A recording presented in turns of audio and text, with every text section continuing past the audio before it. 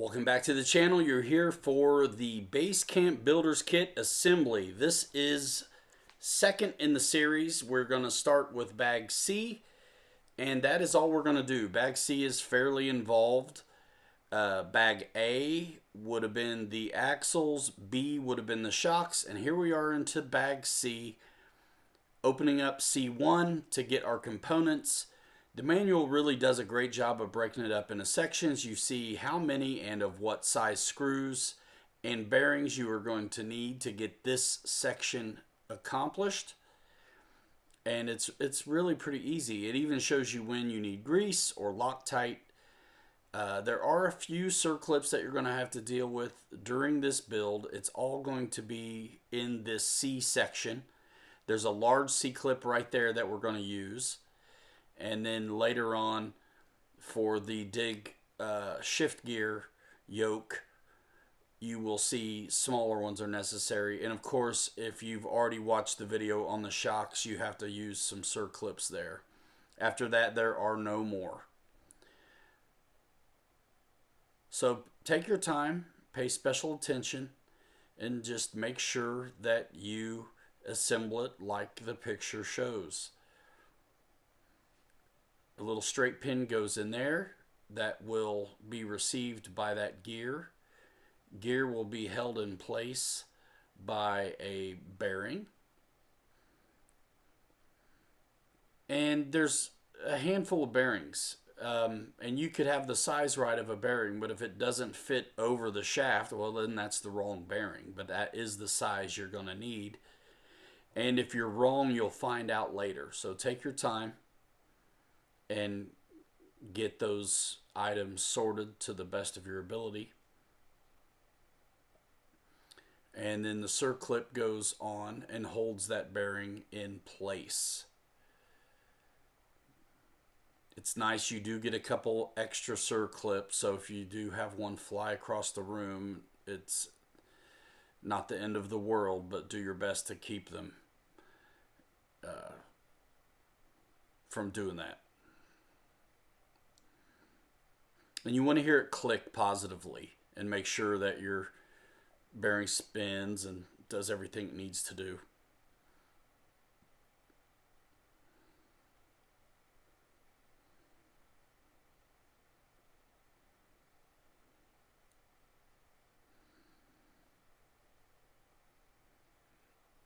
And there's a stop on the shaft that will let that bearing stay right there. And then there's your component assembled right there, just like in the picture. Now we're going to the, this is part of the transmission here that you're going to assemble with 4 of the small screws. They're 6mm screws, and they're only 2 millimeters big. And it takes a 1.5 driver to drive them. Use a little bit of Loctite, and this is fairly simple to achieve.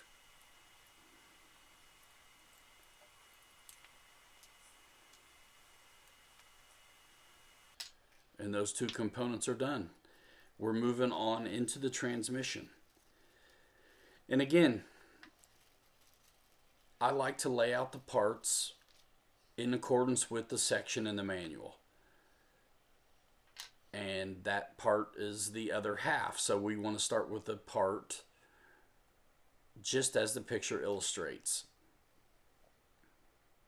And I know looking at this, if you've never done a kit, it could be daunting. But take your time, lay out the parts as prescribed. Worst thing that happens if you get something wrong is you'll have to do it twice. But this really gets you going fairly well. And I do like to lay out all the parts I'm going to need for this part of the assembly. So once I do have my hands on the assembly itself, I don't have to source the parts necessary.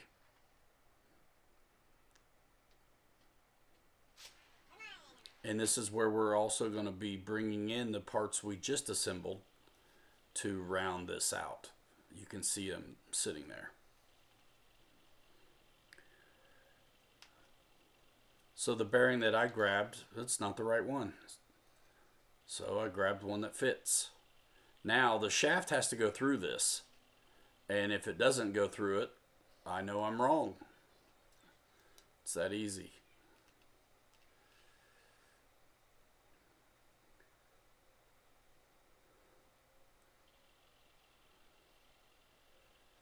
So I got that one right, and that one popped right out. So I know it's the wrong bearing. It has to go in, and the shaft has to go through it.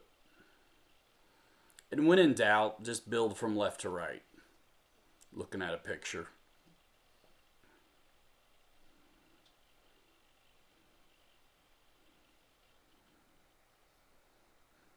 So this gear with the teeth on it is part of the dig situation. So whether you use the dig or not, you're going to have that gear. The bearings fit on there just like so. And it gets pressed into the case.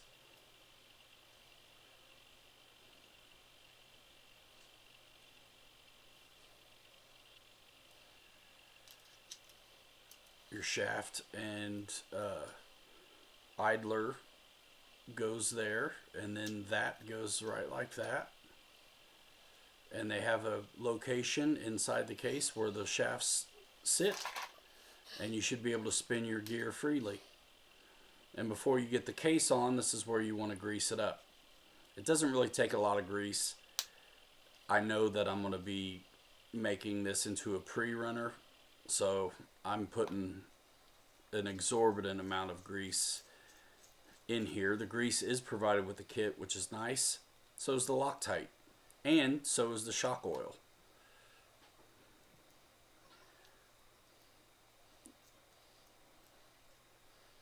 But you can see on that the big gear with the teeth, there's a small bearing inside and then a large bearing. It's okay to have leftover circlips, but you should not be having leftover bearings out of bags. If so, you've missed one.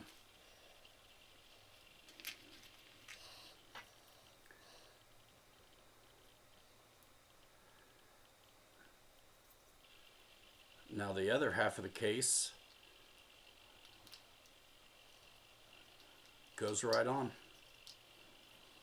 And sometimes you have to, it's kind of some work to get it. Sometimes you can let the screws do the work or hit it. In my case, I gave it a good whack on the table and everything's in there good. And it's moving and spinning as it should. Now we can use those screws that we pulled earlier to cinch the case together.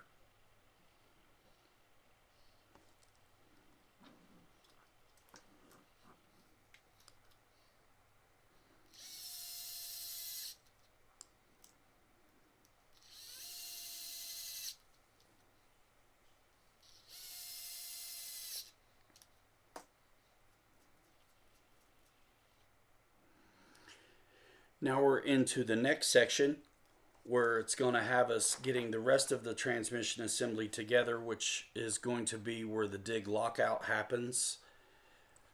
And there will be, again, just like every other section, this is C3, and you've got the graph at the top, which shows you exactly what size screw and how many you need.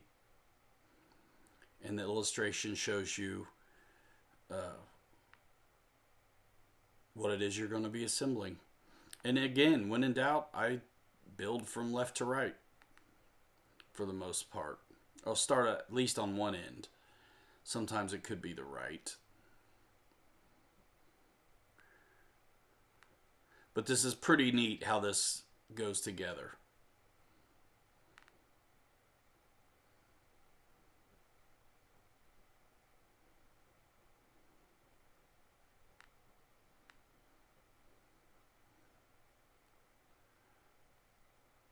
So this gear on the shaft will slide back and forth if you choose to enable the dig. We're building this, it's necessary, but you have the choice to add a servo and engage the dig, or just to lock it out. Regardless, you still have to assemble this way. So bearing goes in, this piece goes in.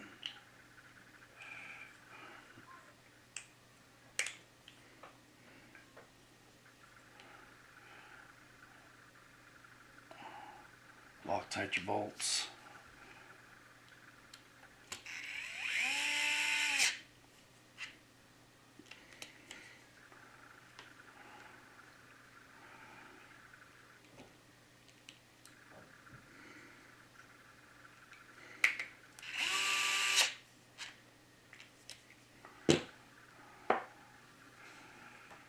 Now we got to get the circlip on here to keep this fork on. The shifting, this is what does the shifting. We're not doing the overdrive, but you still put in, we're not doing the dig, but you still put the dig in. You just lock it out. Or you can do the dig. If you want to see how to do the dig with it, we're installing the dig, but we're not going to put the servo in to operate it. If you want to see that, I did a video on the Coyote of how to install the dig. And it's the same exact transmission, gearing, servo, everything. I'll put a link in the description. You can check it out if you want to see how to do the dig. But this is installing the dig. We're just not going to hook up the servo. So that's really the only difference, is the servo itself. You'll see later that we put the everything there except we lock it out. And there's a trick for that too.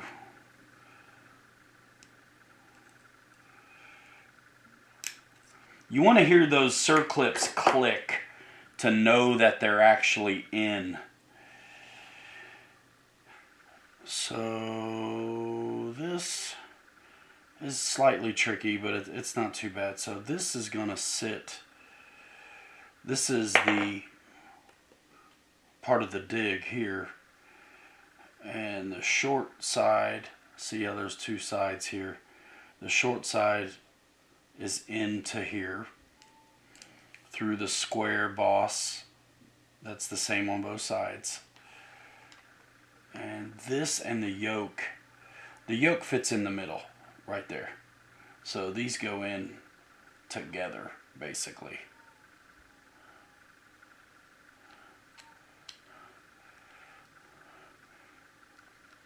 And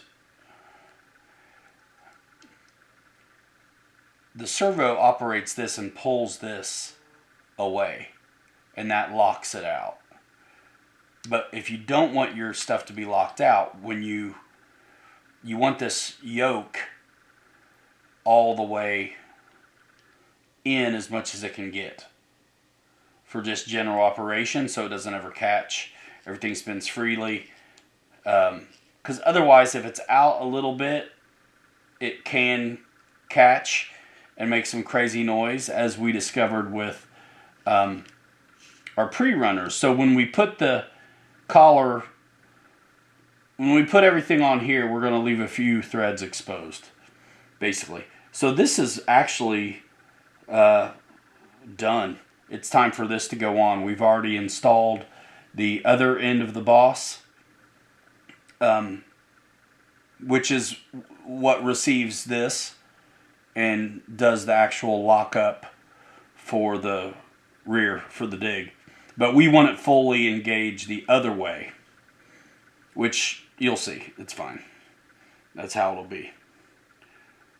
Okay.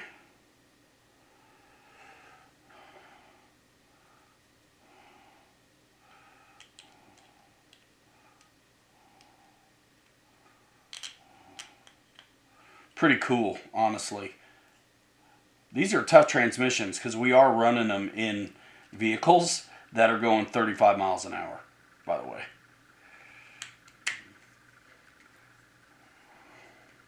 Awesome.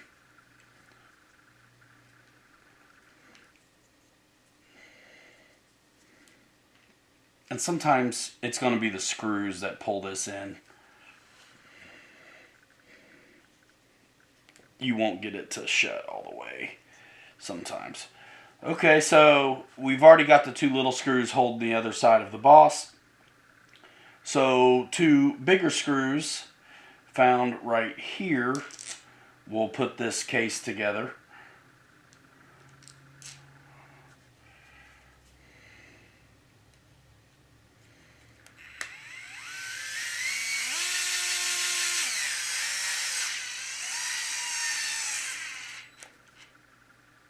You don't want to over tighten it, you'll strip out the plastic, so be careful. Once you get down to it, you want to do it by hand. And also take a look at the seam.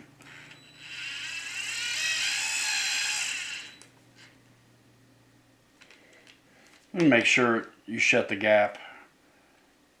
So there's those 2. And then there's going to be a shorter one here, which is this one.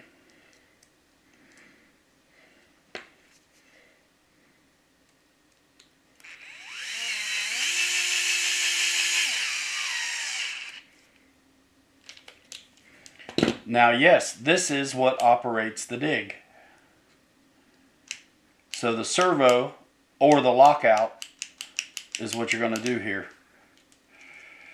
And you can see this goes to these are the drive shaft outputs. So the drive shafts will hook up to here.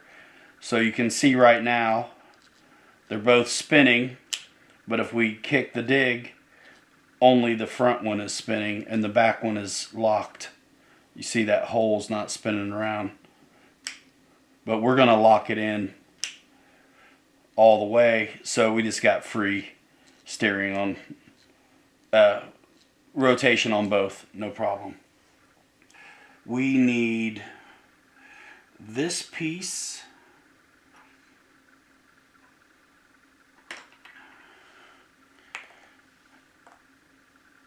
and this piece.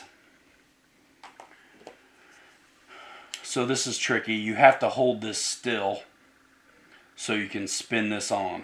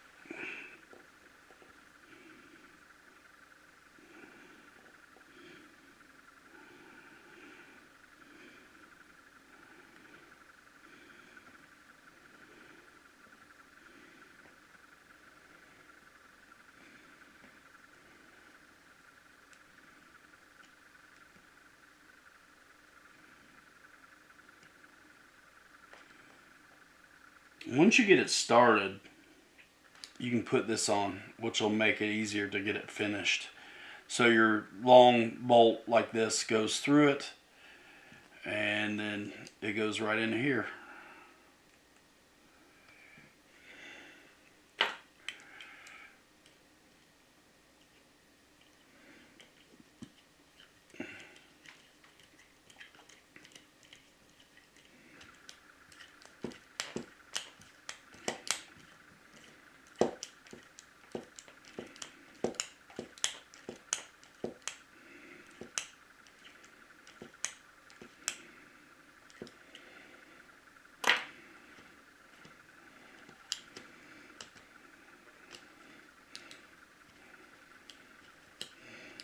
And now, before you get this all finished, like I say, leave some thread showing. I think we left about 1/8 of an inch on the threads, and you'll see why, because we want this fully in. And once you get it fully in, spin your motor to make sure it is, because there's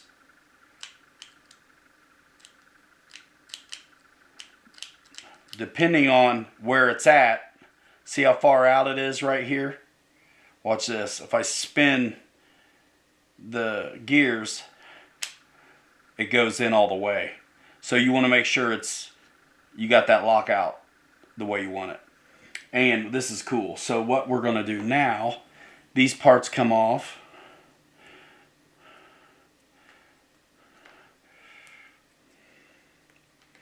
And again, you get some of the bits you're going to need for the servo. If you wanted to do that, we're not doing that on this one. Again, check out the dig install and watch the servo work on the Coyote video if you want to see how to do that.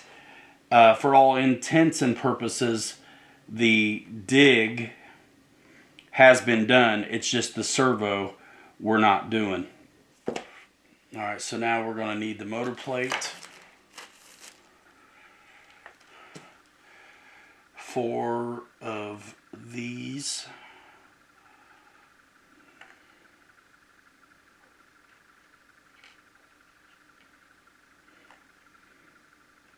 Nylon locker nut. This, and this. Super easy at this point. It really is.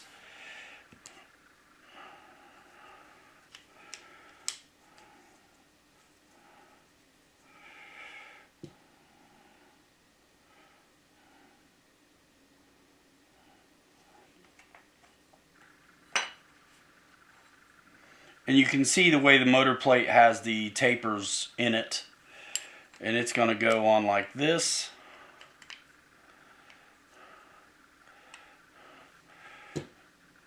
And it gets 4 of these.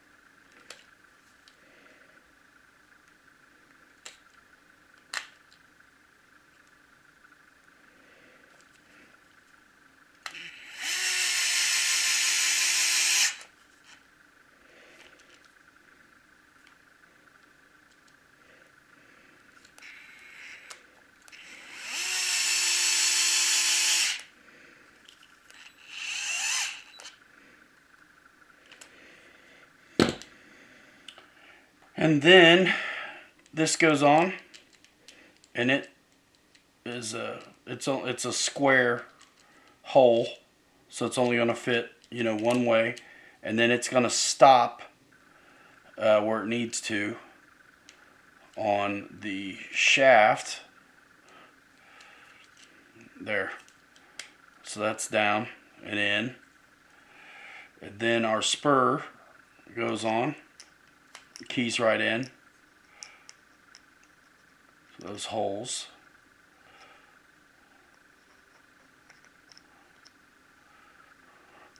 Big flat washer fits perfectly in there. Then our nylon locker goes on.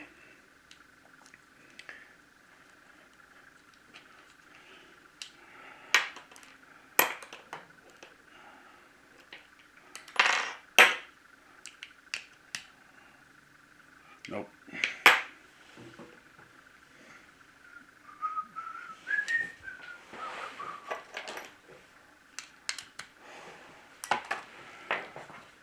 And then you tighten it up.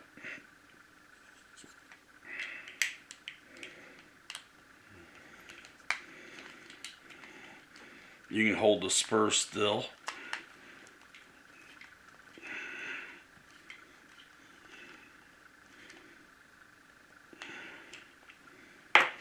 And if you were ready with your motor, you could put that on now too and mesh that up. We'll see what the next page tells us. I'm ready to lock this out, so I want to show you that. But we're doing it by the book, in order. trying not to jump around. Okay, so you can see here,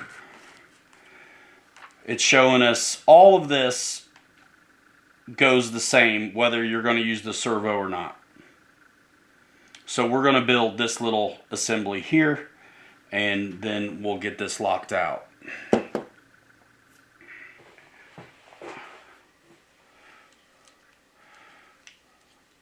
So this goes here when all is said and done.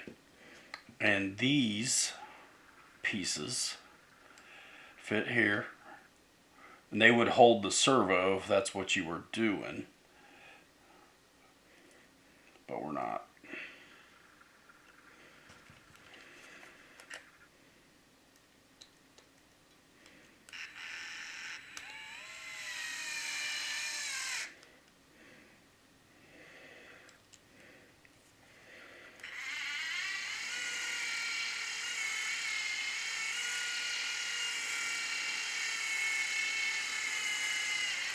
Pretty slick system, honestly.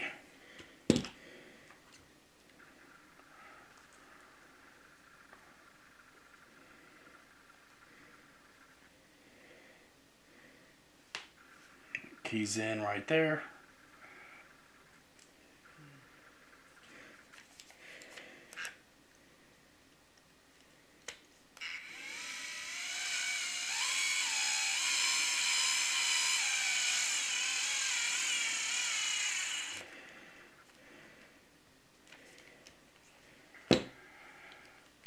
And then this gets installed because we're not doing the servo. So it goes right here.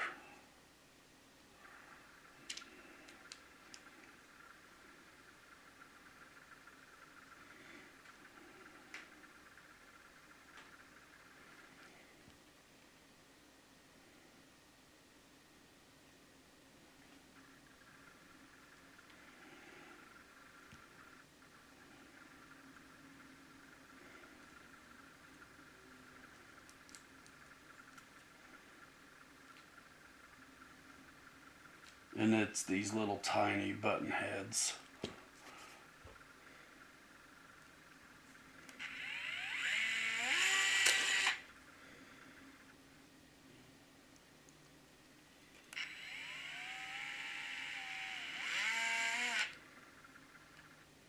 That's a 1.5, dummy.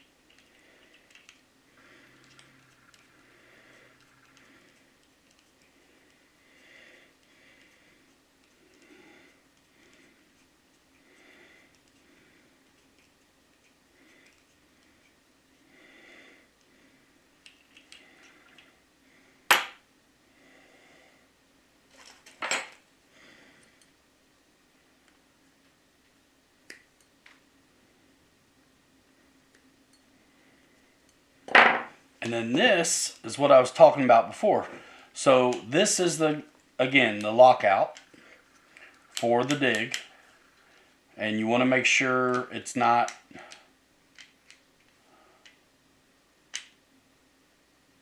you want it to go all the way in. So you're going to roll that gear and make sure that that thing is set, because otherwise, watch when I roll the gear. There, that's all the way. And that's what you want. So we're going to mock this up. It goes like this. And then that fits right there on those holes. And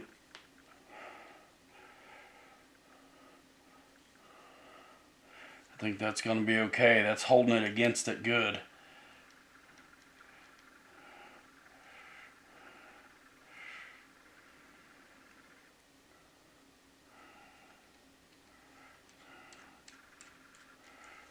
I don't even mind if there's a little tension on it, because I definitely don't want my gears to grind, because this crawler build I'm doing for you guys, as soon as I'm done doing this crawler build, I'm taking half of it apart to make it a pre-runner. But I just thought it made sense for me to build one completely. Last time I did a pre-runner, I had a Basecamp kit, and I did both at once. And that would be hard to make useful as a video. It's just kind of weird working out of two manuals at once. So I didn't want to do that. So I spun that out a little bit more. So it's a fat 1/8 of an inch of thread showing. It's even more tight, and I'm going to live with that one. That's pretty good. And if I need to adjust that, I can. So 2 little screws are going to set it. It's going to be those little buttons here, which we actually see on the next page, but I'm going to go ahead and do it. Still working out of the same bag. This was easy to fix at the field when I was wrong and needed to adjust it. And I remember having this discussion with Kelly, because he had already learned that he needs to leave some thread showing, and I was having success by threading it in all the way, and I think that was fine until it wasn't. But once we were running 30 miles an hour with these kinds of kits with a pre-runner, that's when the problem reared its head. So now I'm defaulting every time to full in. And to do that, you leave a little bit of thread showing right there on that shaft for this lockout. And nice and clean, making no noise. This is our going to be drive shafts, and everything is spinning just fine. And if you wanted to see the servo install because you want to dig, check out the Coyote video, because I did the same thing, but I did install the servo and showed how to program it. All right. The next thing they're showing in the manual is installing the motor. So the stock Basecamp pinion is a 14 tooth. It's like a 56 tooth spur. Okay, so you have to be careful with the bolts they provide. They're kind of long. You do not want them to get into the windings on any motor, whether it's a crawler motor, or I'm going to go ahead and bolt up the motor I'm going to use, which is different size shaft, different size motor, because this is ultimately going to be a pre-runner. But I'm going to build it like a crawler so you guys can see. So I'm going to go ahead and do that. But I still have to, I'm just going to reuse what I have here. But these provided bolts would work here. But you have to make sure they're not too long. And so you can space that out with washers. You could grind them down. These are going to be fine in our case. So that's what I'm going to use. And you don't want tapered screws for this. You do want something flat. These had the washers. This is actually a repurposed low-C tenacity power system that's going in here. But the mesh and everything I want to show you still goes down the same. So one thing to keep in mind, in my case, because I'm going with a larger pinion, because I'm building for speed on this one, it's still going to mesh the same and everything. So where do I want my wires, all of that. And I've got a handful of different pinions I'm going to use, but I'm going to go ahead and make sure the wires are where I want them. And you really want the screws to oppose each other. So get your wires where you want them. And get your bolts started. I usually go for a little bit of Loctite on these.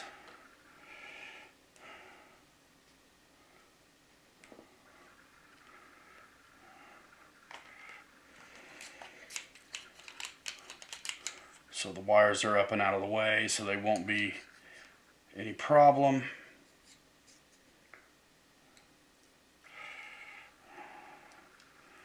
I'm going to go ahead and use the washers that I had on the Tenacity.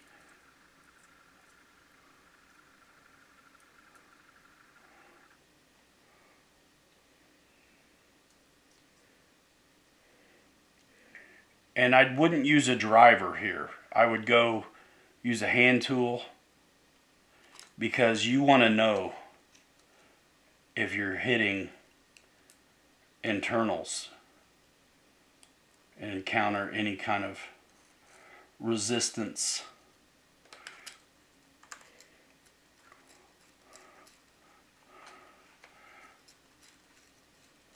And you just aren't going to feel that the same with,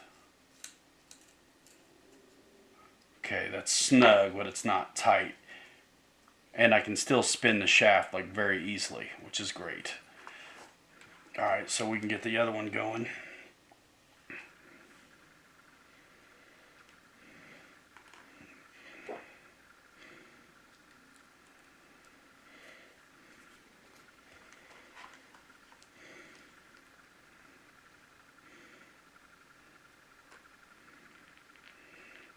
And so the crawler pinions are going to be like 14 tooth out of the box. Because this is going to end up being a pre-runner, I've got other plans. I'm putting the biggest one on here that I have available at the moment right now, which is probably a 23.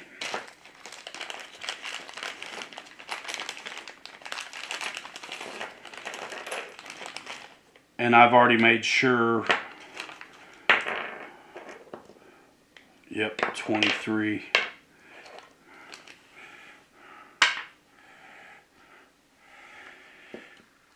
And I have the right mod pitch and all that stuff. So it's a 32 pitch, also known as 0.8 mod is what this stuff is.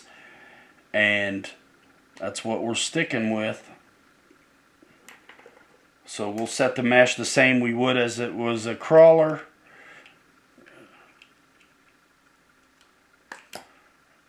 And the 23 should fit. I've been through this before. Get the pinion where you like it, running on the spur evenly.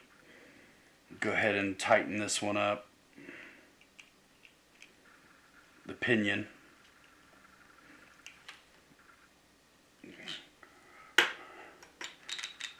That's too loose. So that's got to come into the gears. And I'm going to do what I always do, which is 2 pieces of paper. That's what I do. It always seems to work for me. So now I'm going to cram that in there. Make sure it's cupcaking that paper. It is.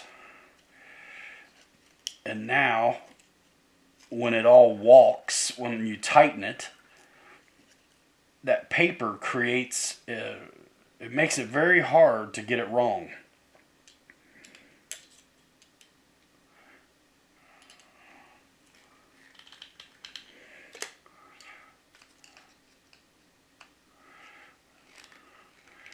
Probably will have to.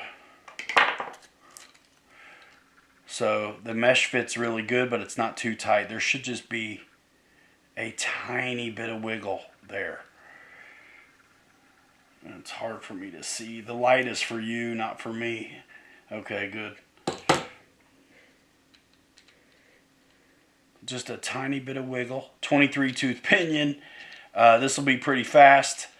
But it would be a 14 tooth pinion and the motor would be slid a little bit closer on a crawler. But that's not what we're doing on this one. So, but it still assembles the same. Then your cover goes on.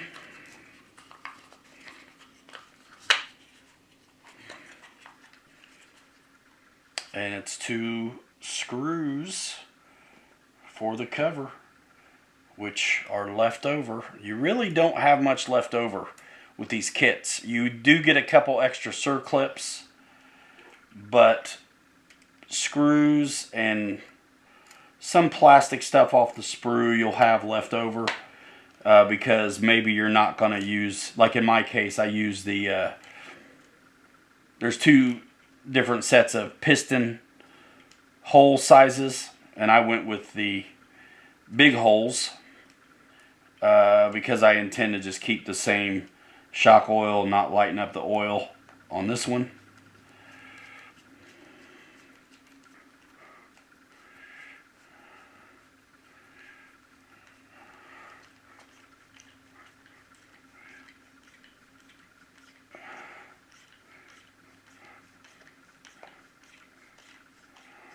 So this transmission is one bolt from done all the way.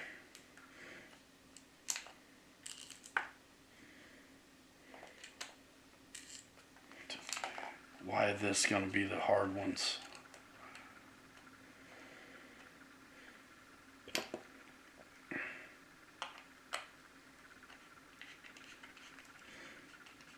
So this is just the cover, which will keep everything out of the spur and pinion.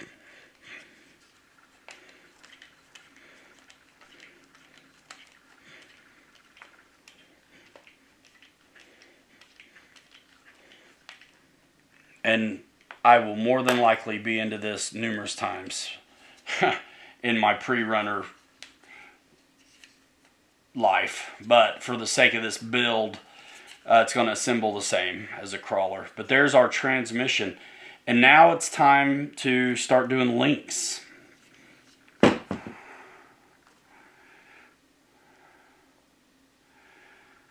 So out of that bag C,